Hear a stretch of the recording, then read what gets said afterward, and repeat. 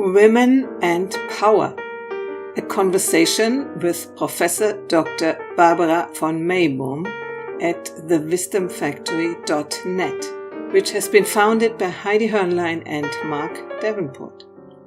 This is part 2 of the whole conversation. If you want to watch it on video, please go to http://bit.ly/Barbara Meibom #1. A girl, as you just described yourself, was full of energy, has been normally brought up in our societies, at least in our age, and let's say it's still a very dominant situation in many countries, and even in the Western countries too, that it's not yet accepted that a young girl uses her energy in a fully expressive way. Yeah. So this is stopped, and the energy is not gone. As the energy is not gone, the energy tries to find a way to express itself without showing power. Yeah. And this leads to the power of the powerless, which is a very tricky issue, a very tricky issue. The power of the powerless comes in a sneaky way. It's manipulative, it's playing the victim, it's using little tricks, after talk, manipulation, also sexual abuse. When you talk about it and want to address it, they say, "Oh no, I'm not." You know, it's completely unaffairable. How do you say? You cannot touch it. Yeah, you cannot touch. Yeah. But it's very evident. Many women really use the power in an unconscious way, because they have not learned, they were not invited, we have not been invited to honor our own power and to express it generally. Absolutely. At this point, I want to welcome Gertraud Wext, who is in the audience, and she is also working on appreciation in every way, but for sure also on our personal power. I'm working on appreciation too. Yeah. Hopefully. Okay, go ahead. I think the challenge for women is to let go the role of the victim, because the role of the victim normally tries to avoid to be victimized, and like this creates another victim. Yeah. As it's so poisoning and so hurtful to be a victim, you create a victim. The first victim you can create is yourself. Becoming ill, withdraw, just not living a full life. The other way is to attack others. Yeah. And of course, we women are pretty good in was heißt Vorwürfe? Blaming others. In blaming. Oh, yeah. Even in the Greek mythology, Hera, she's the blaming woman. Yeah, and we want the man to be different. You have to be different. Yes. You have to be as I want you to be. Yeah. Why don't you? Yeah. Exactly. So letting go the role of the victim means to really accept your own power. And this is a difficult way for women.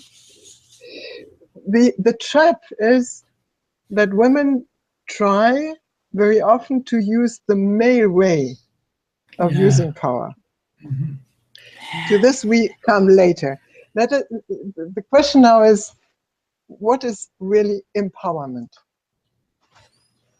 Oh, because we want empowerment of women, and I think we are really in a period of time where it's necessary that women take their genuine power and play a major role in the development of society. Yeah. So and that genuine power is not the power which some women who are in political power demonstrate. No. I think that could use some explanation. Yeah. Not for me, because I know all this stuff. But say it again. What needs explanation? The fact that there are women in power who are not using their power in a feminine way. Yeah. The question is, what means empowerment?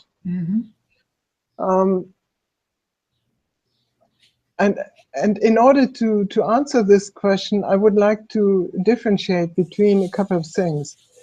There are male and female, or feminine and masculine principles. Sure. Yeah. There are men and women, and there is something which I call the wisdom, the female, the wisdom as an expression of the female. Of the feminine, of the feminine, not the female, the feminine. Yeah.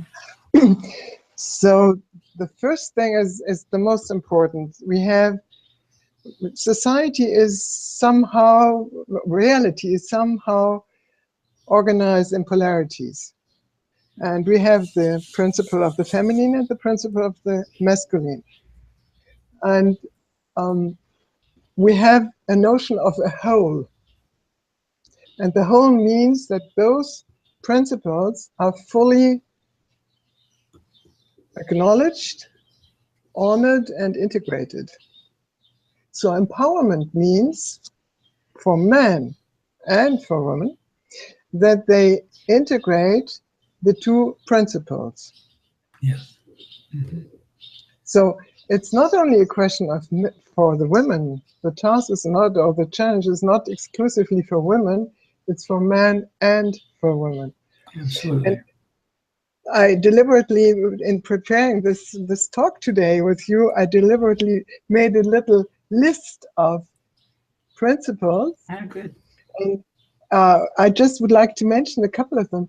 And it's not in a, was heißt bewertend, in a assessment judging way, but it's in a neutral way, because again, these are polarities, and the polarities are not either or, but there are shadows in between, like between day and night, there's the dawn.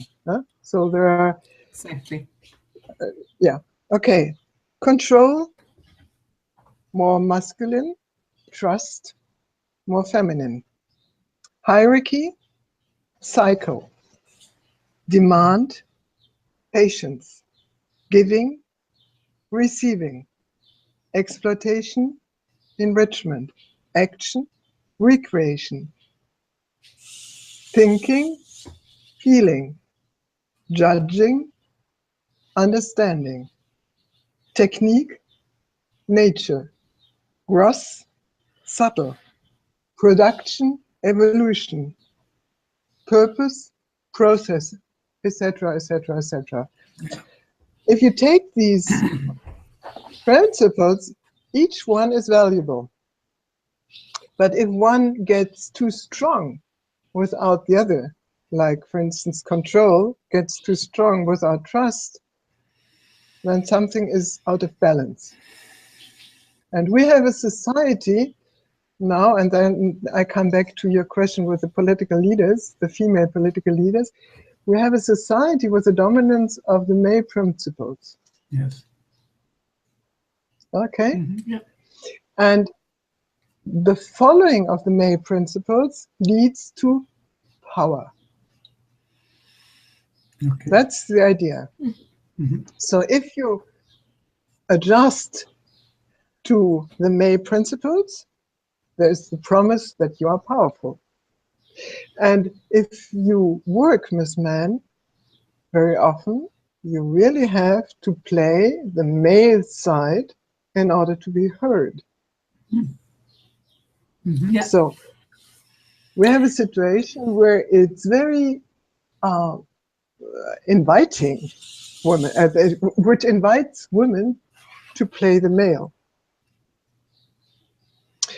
And what I would like to really put forward is we as women have to become an awareness and a consciousness of the genuine feminine.